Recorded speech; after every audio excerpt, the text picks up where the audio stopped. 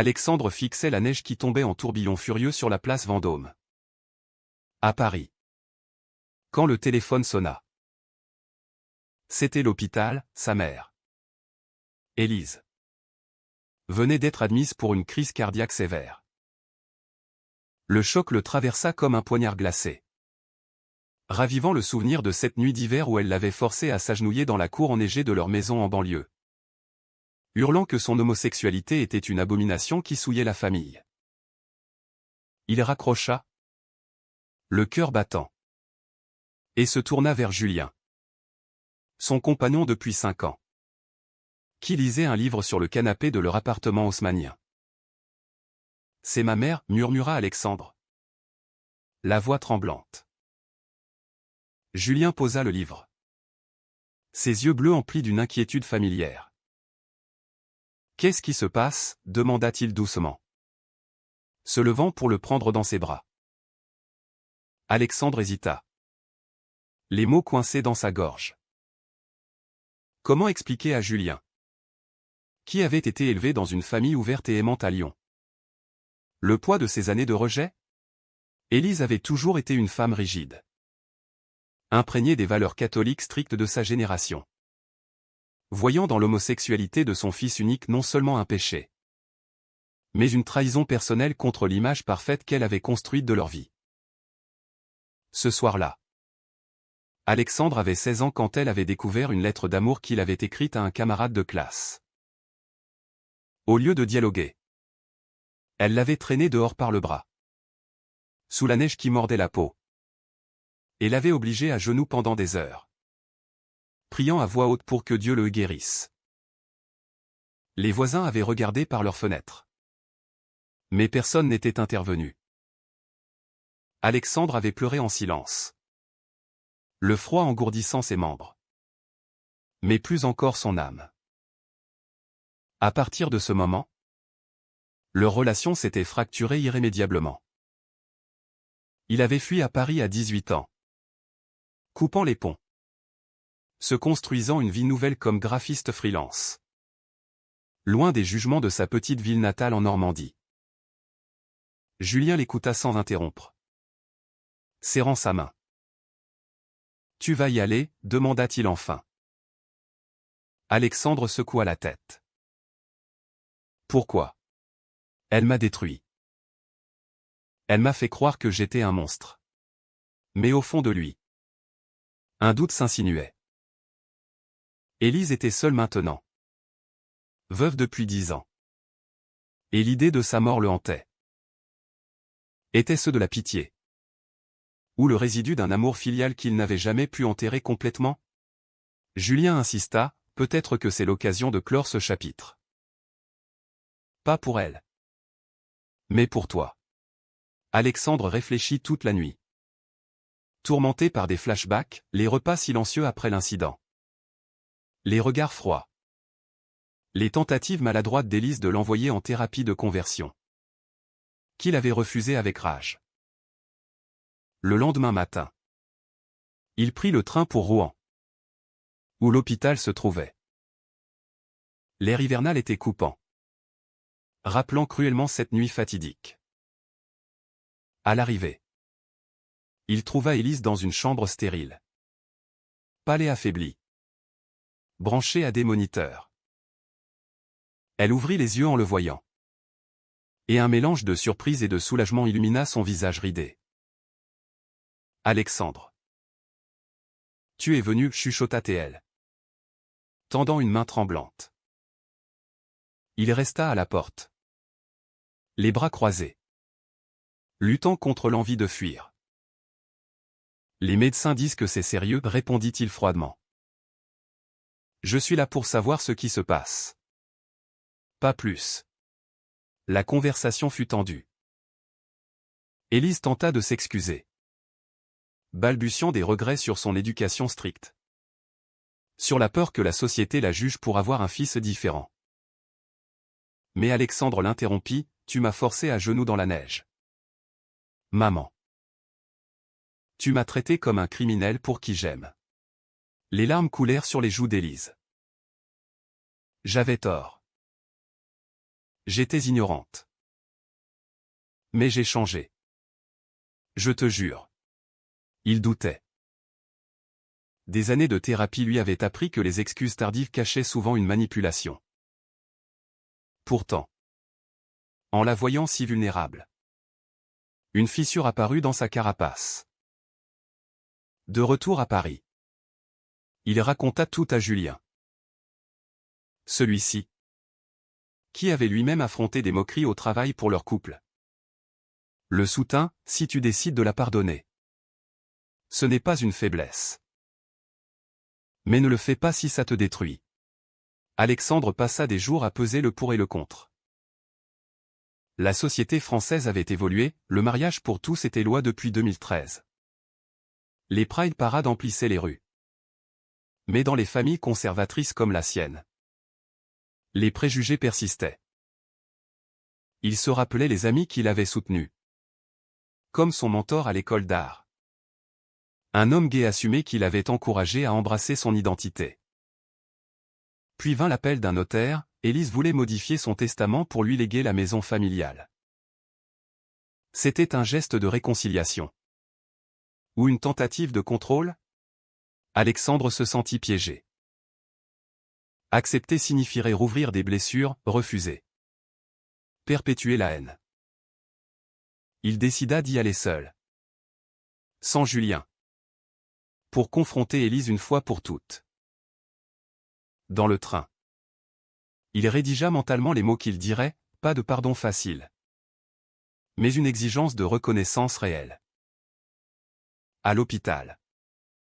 Élise était plus alerte. Je sais que je t'ai fait du mal, admit-elle.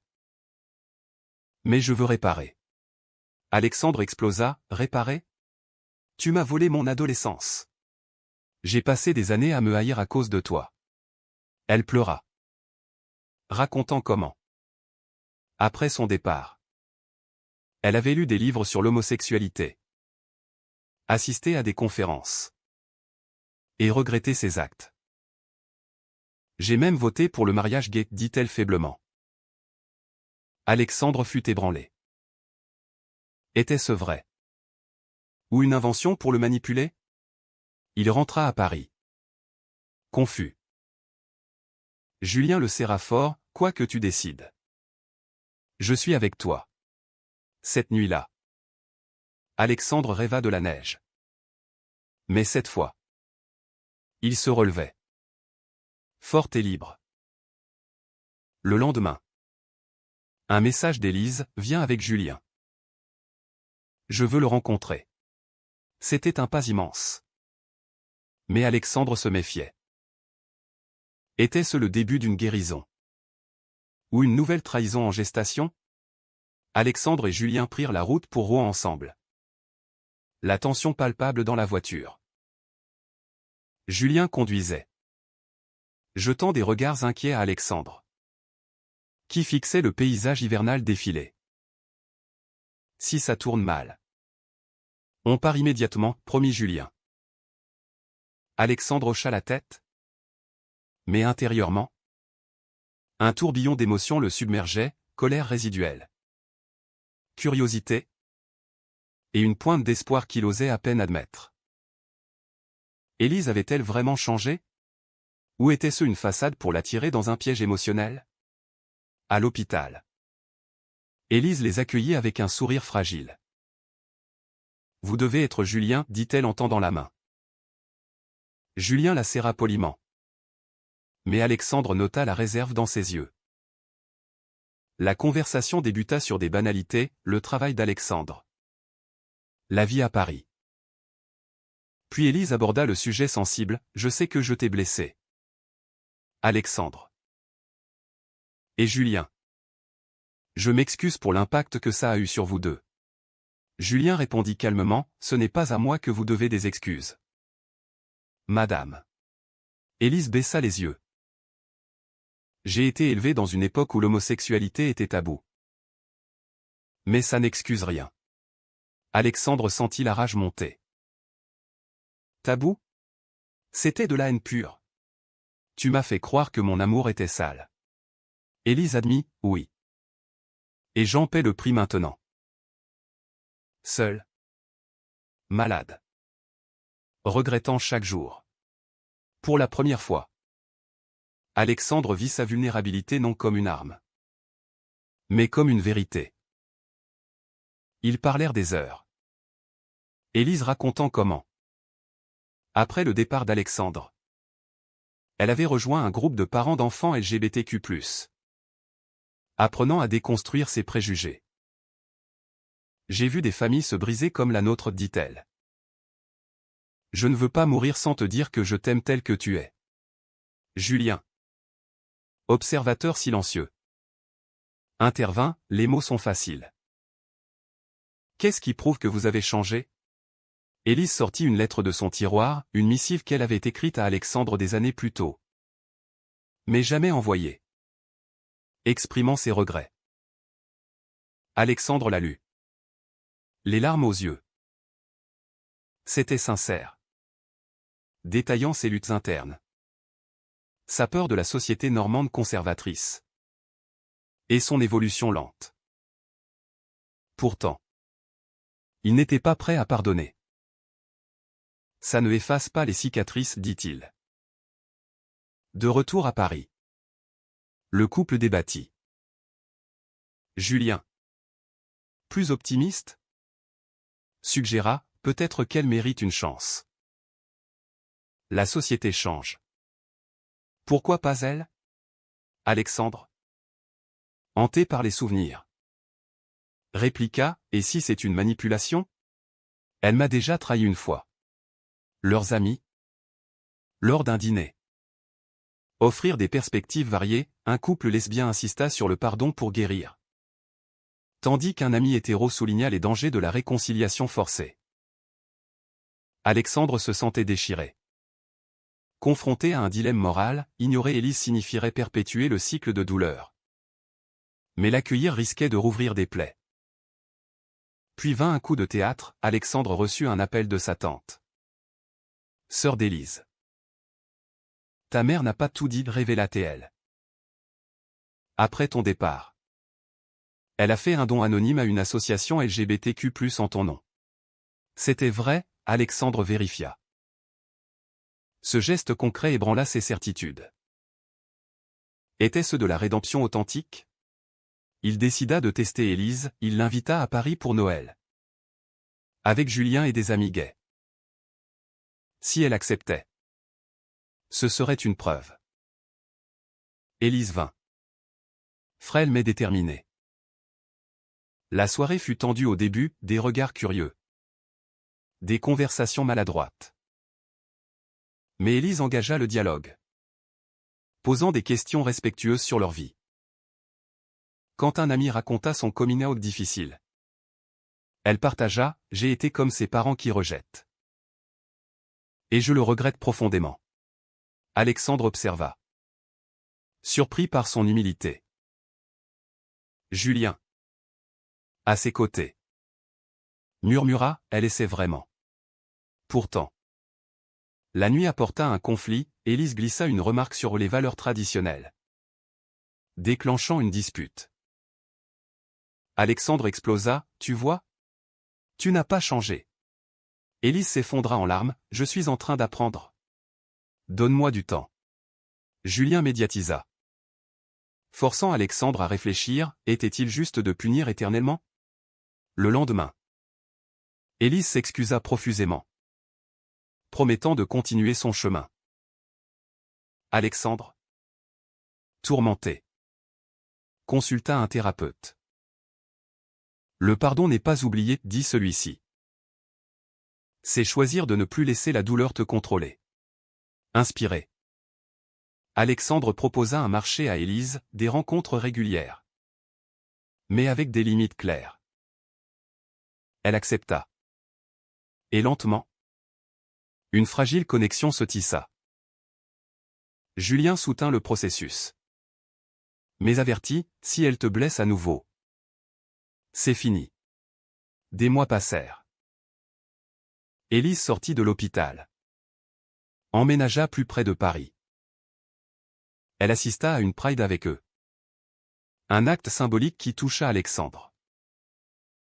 Pourtant, des doutes persistaient, la société française, malgré ses avancées, abritait encore des poches d'homophobie. Et Élise luttait contre ses instincts. Lors d'une visite, elle confia « J'ai peur que mes amis me jugent ». Alexandre répondit « Et moi ? J'ai eu peur toute ma vie à cause de toi. » Un soir, Julien confronta Alexandre « Tu es en train de te punir en la gardant à distance. Décide, pardon ou coupure définitive. » Alexandre réalisa que son indécision le rongeait. Il choisit de plonger, il organisa un dîner familial élargi, invitant Élise et des cousins conservateurs. Ce serait le test ultime. La soirée débuta bien. Mais un cousin lança une blague homophobe. Élise intervint fermement, « Ça suffit. Mon fils est gay. Et je suis fier de lui. » Le silence stupéfait suivit. Puis des applaudissements discrets. Alexandre, ému, sentit un poids s'alléger. Était-ce le début d'une vraie réconciliation? La réconciliation semblait progresser. Mais Alexandre sous-estimait les ombres du passé. Quelques semaines après le dîner, Élise reçut une visite surprise de vieux amis normands, imprégnés des mêmes préjugés qu'elle autrefois. Lors d'un appel, elle mentionna innocemment leur conversation, glissant que certains ne comprennent pas encore. Alexandre, entendant cela, sentit la trahison monter. « Tu les défends toujours ?» Élise balbutia, « Non. Je leur ai dit que j'avais changé. » Mais le doute s'installa, érodant la confiance naissante. Julien, témoin de la spirale, insista, « Parle-lui franchement. Ne laisse pas les malentendus détruire ce que vous construisez. » Alexandre confronta Élise lors d'une promenade au jardin des Tuileries, sous un ciel gris d'hiver. « Je ne peux pas te faire confiance si tu vacilles, dit-il. Élise admit ses faiblesses, « Je ne suis pas parfaite. Chaque jour est une bataille contre mes vieux démons. » Pour la première fois, Alexandre vit sa mère non comme un monstre, mais comme une humaine imparfaite, luttant contre des décennies de conditionnement social. Pourtant, un événement extérieur accéléra les tensions, une manifestation anti-LGBTQ+ éclata à Paris, menée par des groupes conservateurs. Élise, informée par les nouvelles, appela Alexandre, « C'est horrible. Je suis avec vous. » Mais quand il l'invita à une contre-manifestation, elle hésita, « Je suis trop faible physiquement. » Alexandre y vit une excuse. Une reculade morale. « Tu choisis encore la facilité, » accusa-t-il. Julien, plus nuancé, suggéra, « Donne-lui du temps. Le changement n'est pas linéaire. » Alexandre, frustré, se replia sur son travail, créant des designs pour une campagne pro-LGBTQ+. Cela le reconnecta à sa communauté, lui rappelant les enjeux sociétaux plus larges, en France. Malgré les lois progressistes, les agressions homophobes persistaient. Et les familles comme la sienne en étaient le microcosme. Lors d'une réunion, un activiste partagea une histoire similaire, un père qui avait rejeté son fils, puis regretté trop tard. Cela ébranla Alexandre, voulait-il être ce fils qui refuse la rédemption?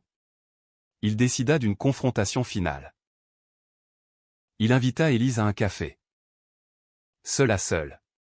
« Dis-moi la vérité, regrettes-tu vraiment? Ou est-ce juste pour soulager ta conscience? » Élise, les yeux emplis de larmes, répondit, « Je regrette chaque seconde. J'ai perdu mon fils à cause de ma stupidité. Mais je comprends si tu ne peux pas pardonner. » Alexandre, touché, avoua, « J'ai peur de te laisser entrer et d'être blessé à nouveau. » Ils pleurèrent ensemble. Un moment cathartique qui libéra des années de douleurs refoulées. Julien. Apprenant cela. Encouragea, c'est un pas énorme. Mais protège-toi. La relation évolua, Élise participa à des ateliers sur l'acceptation. Envoyant des articles à Alexandre. Pourtant, une trahison inattendue surgit, Alexandre découvrit que Élise avait contacté Julien en secret, lui demandant de convaincre Alexandre de pardonner plus vite. Julien, loyal, le lui dit immédiatement. Alexandre fut furieux, tu manipules encore. Il coupa le contact pendant des semaines, se sentant trahi doublement. Élise, dévastée, envoya une lettre, je suis désolé. J'ai paniqué. Je veux juste réparer. Julien médiatisa une rencontre, affronter ça ensemble.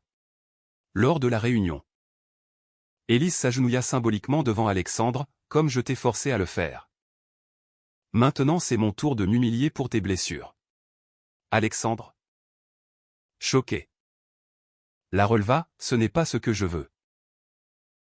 Je veux de la sincérité. Ce geste, quoique dramatique, prouva son engagement. Le couple réfléchit profondément. Julien confia, ma famille m'a accepté facilement. Mais je vois maintenant le prix que tu as payé. Alexandre réalisa que son histoire n'était pas unique, des milliers de gays français affrontaient des rejets familiaux, avec des conséquences psychologiques durables. Il commença un blog anonyme, partageant son parcours, recevant des messages de soutien qui renforcèrent sa résolution. Puis vint le climax, Élise fut réadmise à l'hôpital pour complications. Les médecins parlèrent d'une opération risquée. Alexandre, face à la mortalité, dut choisir, rester distant ou être présent. Il opta pour la présence, amenant Julien à son chevet. Élise murmura, merci d'être là. Je t'aime. Et j'aime Julien comme un fils. Alexandre, les larmes coulant, répondit, je t'aime aussi. Maman. Mais le chemin est long. L'opération réussit. Mais Élise resta faible. Alexandre visita régulièrement, instaurant des dialogues honnêtes sur leur passé. Julien nota le changement, tu sembles plus léger. Pourtant, un dernier conflit émergea, Élise proposa de vendre la maison familiale pour financer une association LGBTQ+. Alexandre y vit une opportunité de transformation, mais aussi un risque de manipulation posthume. Il accepta, mais avec condition, une partie des fonds pour sa thérapie continue. Élise signa, scellant un pacte fragile. Alexandre se sentait libéré, mais conscient des cicatrices persistantes. La société, avec ses débats sur l'identité, reflétait son combat interne, progresser ou stagner. Avec le temps, la relation entre Alexandre et Élise se stabilisa, mais non sans heurts. Lors d'une visite printanière, Élise confia un secret, elle avait autrefois envisagé de le déshériter pour le punir. Alexandre, blessé, répliqua, c'est ça. Ton amour? Élise expliqua, c'était de la colère mal dirigée. J'ai annulé ça il y a des années. Ce aveu renforça leur honnêteté, mais rappela à Alexandre la profondeur des dommages. Julien, pilier inébranlable, affronta ses propres doutes, et si ta mère nous divise? Alexandre le rassura, toi et moi. C'est solide. Leur couple, forgé dans l'adversité, devint un modèle pour leurs amis. Alexandre organisa un événement caritatif, invitant Élise comme oratrice. Elle parla de son évolution, j'ai rejeté mon fils par ignorance. Aujourd'hui, je milite pour que d'autres familles évitent mes erreurs. Le public applaudit. Mais Alexandre nota des critiques en ligne, certains l'accusaient de naïveté. D'autres saluaient son courage. La société française. En pleine mutation. Amplifier ses échos, débat sur l'adoption par couple gay. Attaque contre des centres LGBTQ+. Alexandre se sentit impliqué. Rejoignant des manifestations. Élise l'accompagna une fois. Un acte qui toucha profondément. Pourtant. Un incident la fit reculer, une agression verbale lors d'une sortie. Je ne suis pas prête pour ça, admit-elle. Alexandre. Frustré. Questionna, alors. Ton changement est superficiel? Julien intervint, la guérison prend du temps pour tous. Un tournant arriva quand Alexandre reçut une promotion au travail, nécessitant un déménagement à Marseille. Élise paniqua, ne m'abandonne pas. Alexandre répondit, ce n'est pas un abandon. C'est ma vie. Julien soutint la décision. Mais proposa, invitons-la à nous rendre visite. Élise accepta. Et lors du voyage, elle partagea des souvenirs positifs d'enfance, équilibrant les traumas. Mais le passé ressurgit violemment, un ancien voisin contacta Alexandre, révélant qu'Élise avait autrefois répandu des rumeurs sur son homosexualité pour se protéger. Furieux, Alexandre la confronta, tu m'as diffamé. Élise pleura, j'avais honte. Pardon. Ce fut la goutte d'eau, Alexandre coupa les ponts temporairement, se réfugiant dans les bras de Julien. Peut-être que le pardon est impossible, confia-t-il. Des mois de réflexion suivirent. Alexandre consulta des experts en psychologie familiale, apprenant que les rejets parentaux mènent souvent à des troubles anxieux chez les LGBTQ+. Il réalisa que son combat était sociétal, en France. Malgré les progrès, 20% des gays rapportaient des rejets familiaux. Inspiré, il écrivit un livre sur son histoire, anonymement au début. Élise, apprenant cela, envoya un message, je suis fier de toi. Utilise mon histoire si ça aide d'autres. Alexandre, touché, reprit contact. Lors d'une réunion émouvante, il offrit son cadeau glacial, une photo encadrée de lui adolescent dans la neige. Avec une note, ceci est ce que tu m'as fait. Mais je choisis de te pardonner. Non pour toi, mais pour moi. Élise sanglota, je le mérite. Merci. Leur relation, désormais sur un pied d'égalité, évolua vers une acceptation mutuelle. Julien et Alexandre se marièrent civilement, invitant Élise comme témoin. Elle pleura de joie. Un contraste poignant avec le passé. Pourtant, Alexandre savait que les blessures ne disparaissent pas, elles se transforment. Des années plus tard, Élise mourut paisiblement. Alexandre, à ses funérailles, prononça un éloge nuancé, elle m'a blessé. Mais elle a aussi appris à aimer. Julien à ses côtés. Il se sentit en paix. Était-ce juste de pardonner à quelqu'un qui vous a infligé une telle souffrance? Ou le vrai courage réside-t-il dans la coupure définitive pour protéger son bien-être?